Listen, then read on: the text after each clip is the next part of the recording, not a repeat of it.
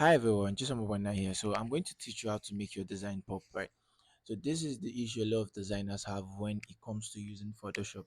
So you know how to best use Photoshop to create beautiful designs, but then you realize that at the end your work looks really dull, your design looks really dull.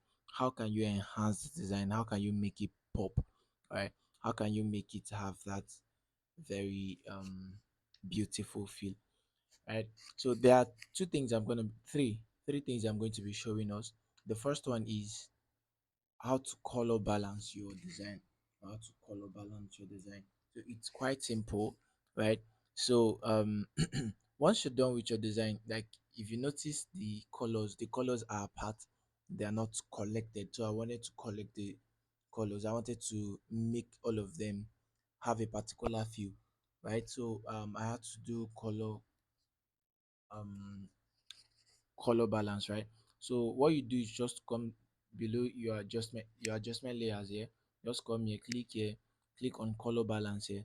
All right, so basically I'm going to be using the midtones, but you can also, if you check here, you see the shadows. You can also apply if the same effect on shadows and highlights, but because I don't want it to be too much, I'm just going to apply the effect on the midtones here. All right, so I'm going to add a bit of red, right, then a bit of magenta, and then a bit of blue.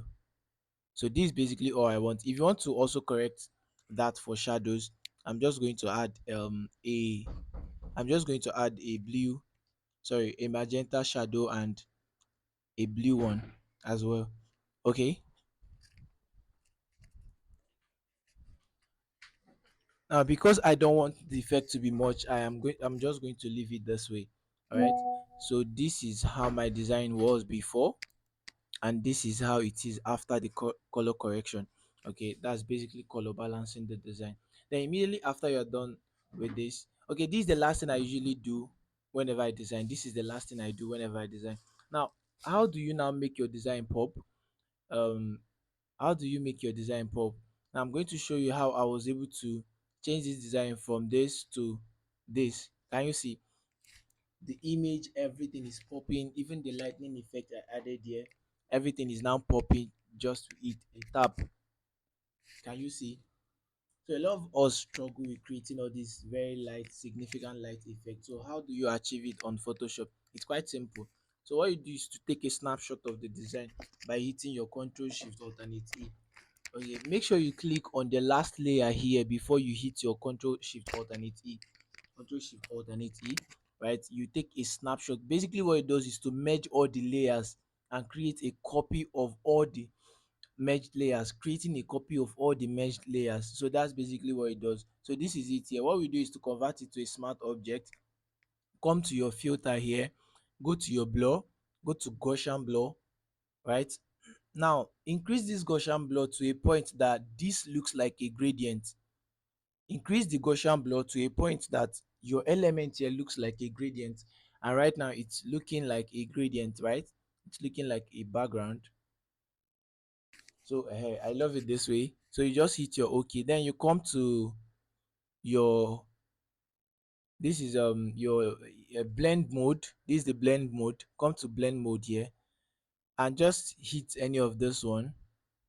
I think I'm just going to use this color dodge. No, let's use this one instead. Color a linear dodge. All right. Then what you do is to come to fill, all right, and reduce the fill here. Just reduce it so that it's not much. All right, this is on 29% now, 26. Let's leave it at 26. Can you see before and after? Before and after. Can you see how the design is popping now? It kind of increased the contrast, right? It kind of really increased the contrast, and every part that has been done before, other parts are have been all the parts are now sharp, very sharp, and they are popping. All right, now we can also change the blend mode. Let's try color dodge here. Can you see? Okay, I think I prefer color dodge because it's not much, the effect is not much if you are using color dodge. So that's basically how to make your design pop. Now when you're done, you can now take another snapshot holding down your last layer. This is my last layer here. All these ones are not included. All these ones, as you can see, they are hidden, all hidden. All right, holding down my last layer, which is this one or this gradient. All right, what I will do again is to click my Control Shift Alternate E to take another snapshot, convert it to a smart object. Then you can now rename it, save it as, I want to save it as how to register, because this is what I'm going to be exporting, right? How to register. So you come to filter here, go to camera raw, you wait for it to load.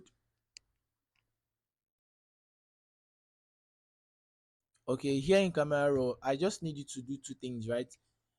Yeah, basically two things. First, come to basic, add a texture. All right, add a texture, increase the clarity a little bit. Highlight, because the highlight is already much, highlight is the white part of the design. Because the highlight is already much, I'm not going to add a lot of highlight, sorry. Okay, just add it a little bit. Then shadow, decrease it a little bit, just slightly, right? Don't touch the contrast because we've added a lot of contrast already. All right, then you come to detail here, sharpen it a little bit. So, and that's basically all you need to do here in your camera raw. So this was before. Okay, this was before.